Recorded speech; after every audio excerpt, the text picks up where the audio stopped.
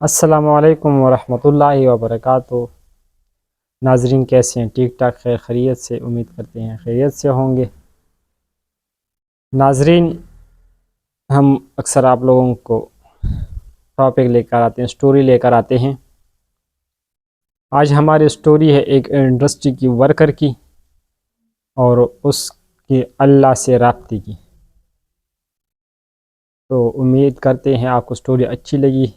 اگر سٹوری اچھی لگی تو پلیز ہمارے کوہاٹی ولاگ کو لائک کرے اور سبسکرائب کرے، بیل آئیکن کو ضرور پریس کرے تاکہ اس طرح آئندہ ویڈیو آپ کو ملتی رہے۔ تو بنا وقت ٹائم ضائع کریں چلتے ہیں اپنے سٹوری کی طرف۔ یہ ایک فیکٹری یہاں پہ ہوا کرتی تھی، ساگا انڈسٹری، جو کہ بہت مشہور تھی، ایشیا کی نمبر 1 انڈسٹری تھی، سیالکوٹ پاکستان کی ساگا انڈسٹری، جن کی بہت بڑی سطح پہ ان کی کاروبار تھی۔ وہاں پہ حج کے لیے قرآن اندازی ہوا کرتا تھا۔ ہر سال قرآن اندازی وہ دیتے تھے، ورکر کا نام ڈال کر، اور جو کا ٹکٹ نکلتا تھا اس کو بیچتے تھے حج پہ۔ تو ایک ورکر تھا وہاں پہ، زبیر نام تھا اس کا۔ تو وہ تھوڑا نشہ وغیرہ بھی کرتا تھا، کبھی پیک مار لیتا تھا۔ اس کا نام نکلا ہے بھائی، زبیر صاحب کا نام نکلا ہے۔ چھوٹا موٹا سٹور مین تھا، زبیر کا نام نکلا بھائی، زبیر کا نام نہیں۔ زبیر گیا ابو کے پاس، ہاں جی آپ کا نام نکلا ہے قرآن اندازی میں، آپ کو ہم نے حج پہ بھیجنا ہے۔ تو اس نے کہا ٹھیک ہے، میرا نام نکلا ہے تو میری ایک ریکویسٹ ہے، اگر آپ لوگ مان لیتے ہیں تو ٹھیک ہے۔ میں نے کہا بھائی کیا ریکویسٹ ہے؟ بھائی میں نے حج پہ نہیں جانا، مجھے نقد دے دو۔ ان کو بھی ذرا عجیب لگا، لیکن انہوں نے آپس میں میٹنگ شیٹنگ کر کے اس کو حج کے پیسے دے دیے۔ وہ پیسے لے کر چلا گیا۔ وہ نشہ وغیرہ کرتا تھا، وہ نشے ہی تھا۔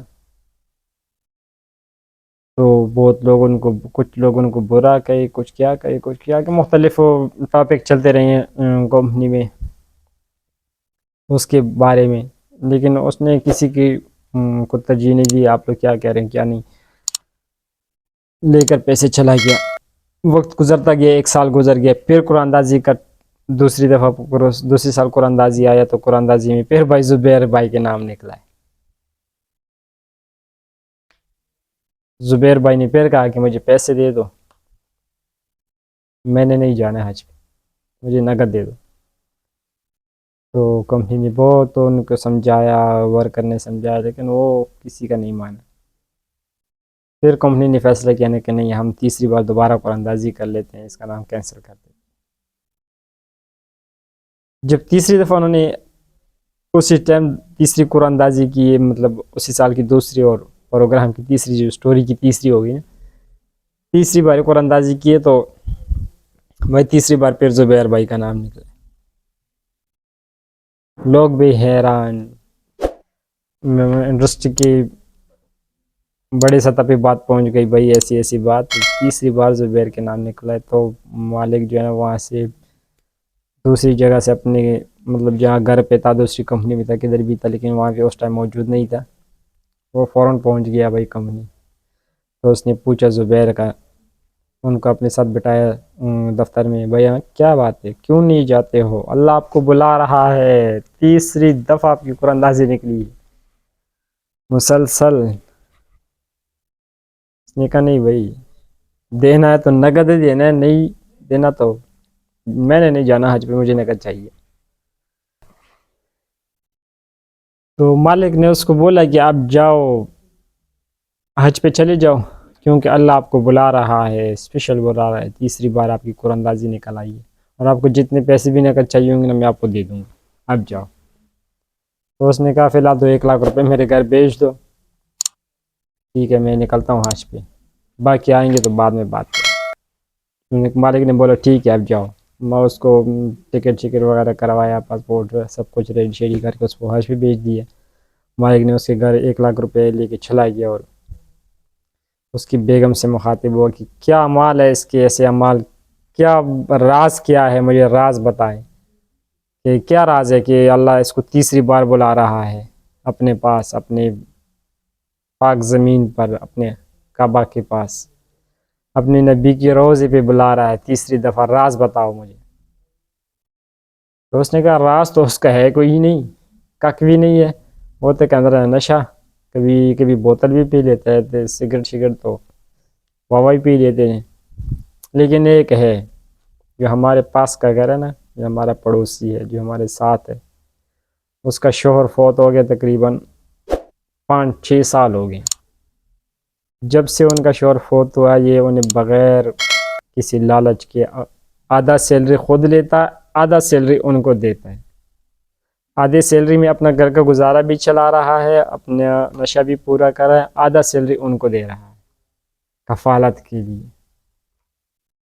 مالک نے بولا اچھا تو یہ بات ہے۔